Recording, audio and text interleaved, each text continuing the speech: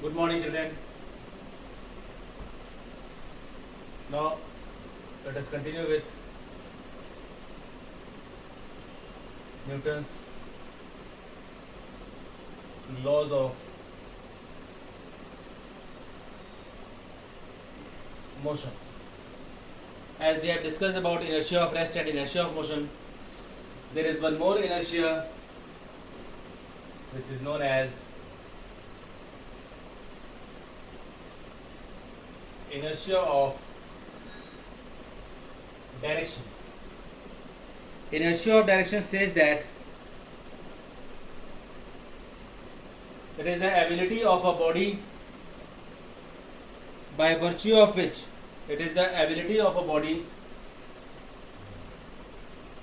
it is the ability or inherent property of a body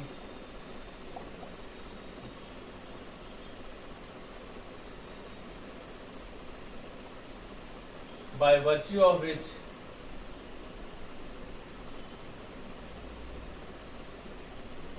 it opposes any change in its direction. This is inertia of direction.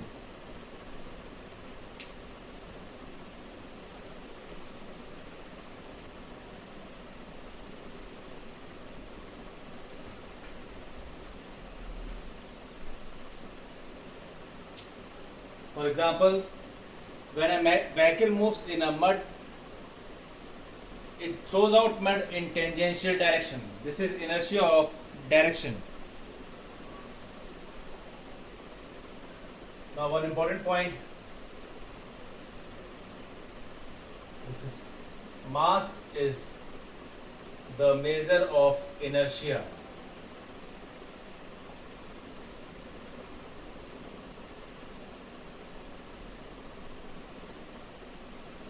If inertia is said to be high, mass should be high.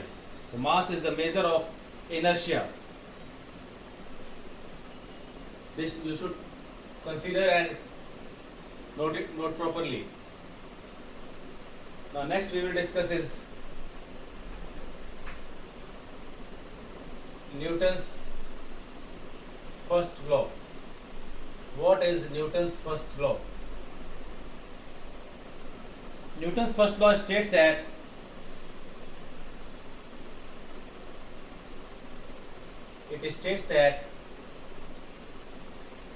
if a body is in a state of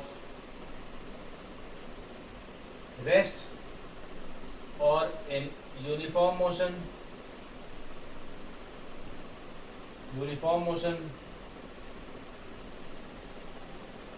it continues to do uniform motion in a straight line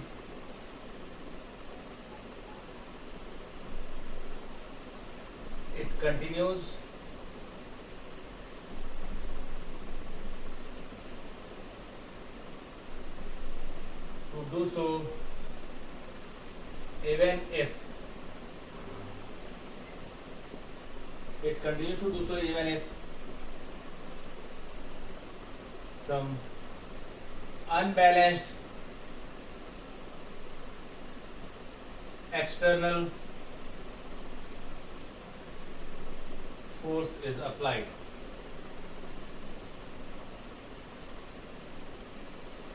That is, any object continues to remain in a state of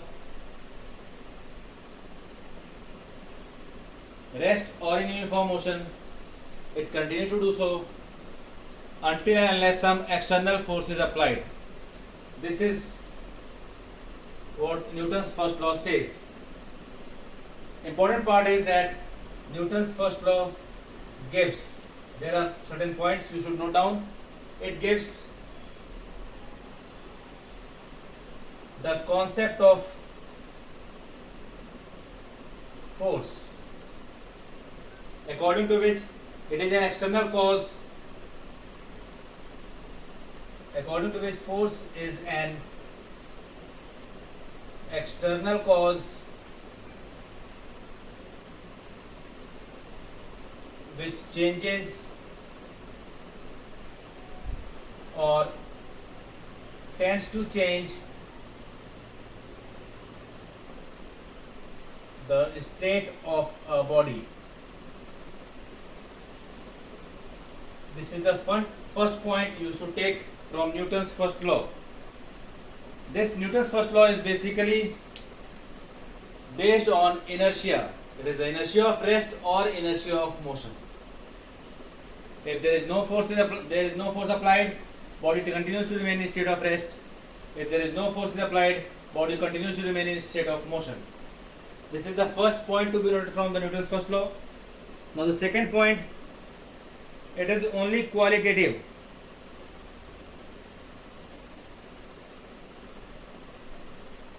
Second point, it is only qualitative.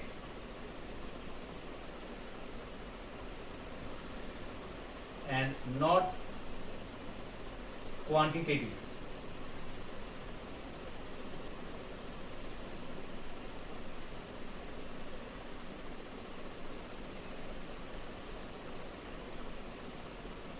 And not quantitative.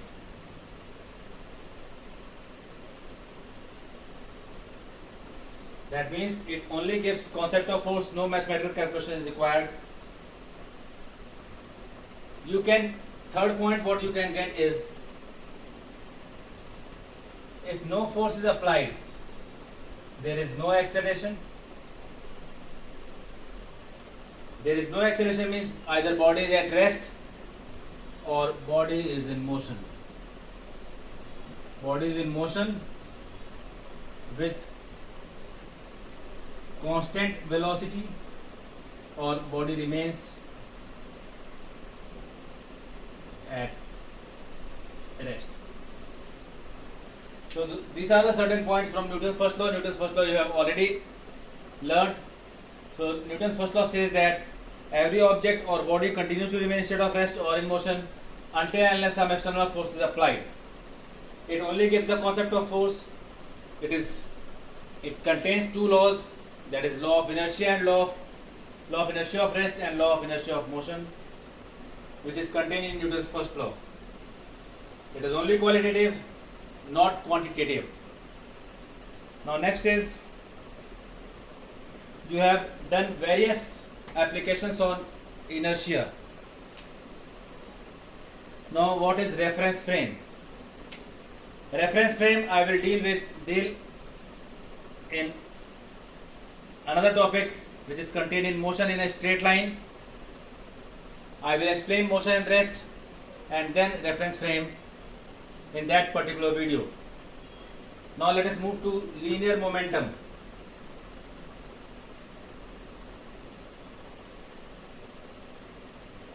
Linear momentum. What is a momentum? You all must know what is momentum. Momentum is the total motion contained in a body. Motion contained in a body is known as linear momentum. That is momentum. So momentum is defined as total motion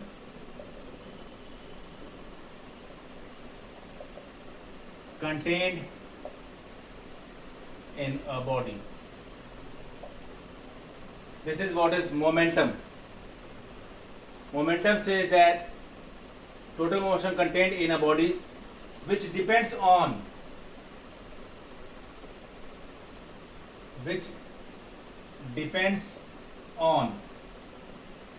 mass and velocity. Which depends on mass and velocity.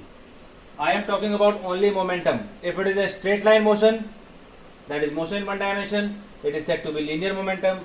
If it is in circular motion or rotational motion, it is termed as angular momentum. It is given by product of mass and velocity. This is what is momentum. SI unit kilogram meter per second. Dimension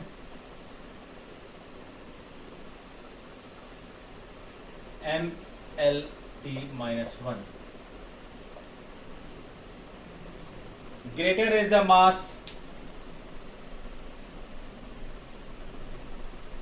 then momentum will depend on velocity. If velocity is constant, then momentum will depend on mass. If mass is constant, momentum will depend on velocity.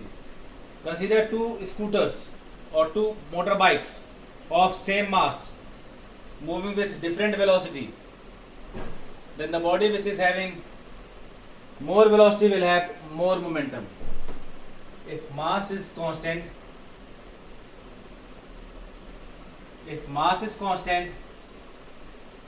then momentum of that body will be more if V1 is greater than V2.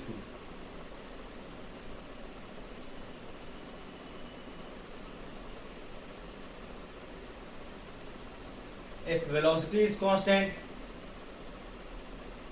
if two vehicles are moving with same velocity, then momentum will be greater if m1 is greater than m2. If velocity is constant, then the body having more mass will have more momentum, the body having less mass will have less momentum. So momentum is basically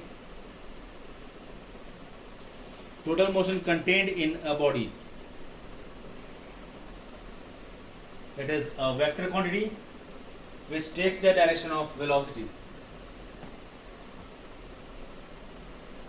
It is a vector quantity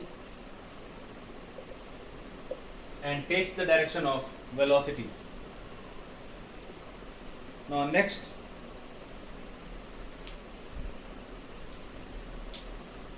you can understand it also through graph. This is mass, this is velocity. If momentum is constant,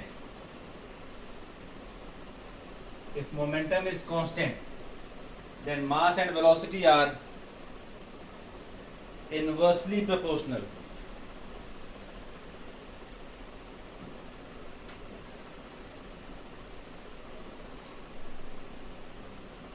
If mass is constant,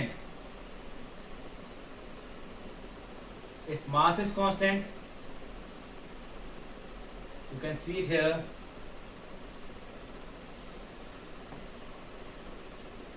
If mass is constant,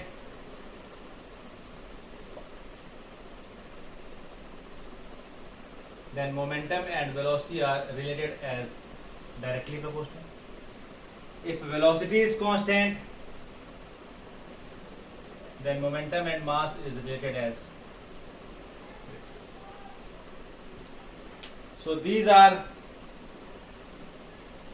concept of Newton's laws. Till linear momentum, we will discuss Newton's second law and third law in the coming video.